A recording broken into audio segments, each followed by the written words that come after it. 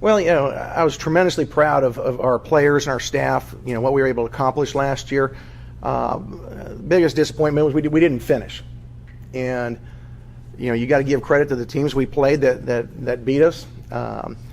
You look at the last game, and I think there's been twice since our staff has been here that I saw that kind of glazed over look in our eyes where they saw a very, very talented team and a little bit of doubt had crept in. That, I'm not sure we can get over the top on these guys. And I didn't sense that going into the game that was going to be an issue last year. I knew going in that first year, coming off of a 4-9 season and putting brand new schemes going into a place with a lot of talent like Oregon. But I didn't anticipate it going into the SC game, and that's bad on me. I should have done a better job of convincing our guys that we deserve to be on that field, we belonged on that field. And if we played our best game, I think we would have, gone toe-to-toe. We clearly didn't, and you got to give USC credit. They forced us out of that, game plan, and, our guys consequently didn't handle it well enough, and I couldn't get them to respond.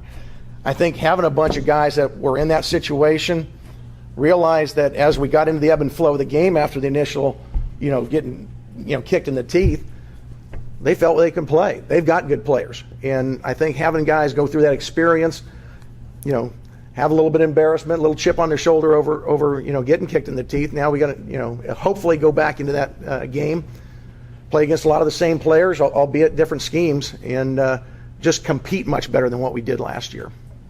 We really like the guys we brought into the program, and anytime you've got young guys that hadn't played that go through a season, particularly one where you can show them in off-season tape how they could have improved their technique, how they're in position to make a play on the ball, we just got to go and make it.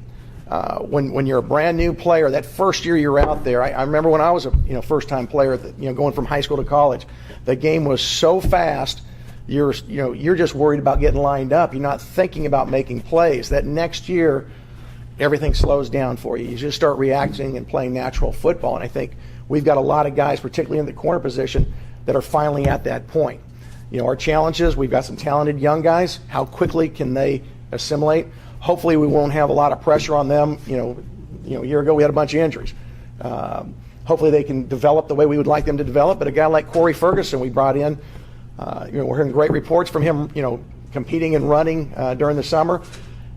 He's going to have a chance. That's why we bring JC guys in, to come in and compete. He's competed against next level guys. I don't think they'll be as drastic of a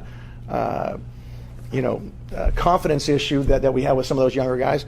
But I'm excited to see all of them compete. We've got a good 6-7 guys that we have confidence in their athletic ability. Now it's time to shine, and let's see who will rise. We're going to be competing with some of the best teams in the country. USC, I'm sure, is going to be a top 10, top 20 team, as is Nebraska. We know Utah. A year ago, their record wasn't what they had hoped it to be, but they beat the Rose Bowl champions at Salt Lake City a year ago. They gave UCLA everything they wanted. Same thing with Arizona State. They're particularly tough at home, and it's a Pac-12 school with Pac-12 resources. So our guys know that, hey, all we hear about, because they watch ESPN, you hear about the Pac-12, you hear about the Power 5 conferences. Our guys realize this is our opportunity to step up and say we belong on this stage too. Doesn't mean we're going to get it done, but I think we're going to come out and compete like we expect to win. The keys on replacing our quarterback is the guy who's going to be consistent in making great decisions, and the guy who's going to take care of the football and lead. You've heard Dave talk about it, and I say the same thing. We're not looking for the next Derek Carr. There was one of those guys last year, and he's up in Oakland this year. And we do have an opportunity, though, with the talent of the guys that we have on this roster, to have a guy be our leader. We've got good skill around him to distribute that football, make good decisions, play fast, and most importantly, take care of the football. We do that, we'll give ourselves a chance.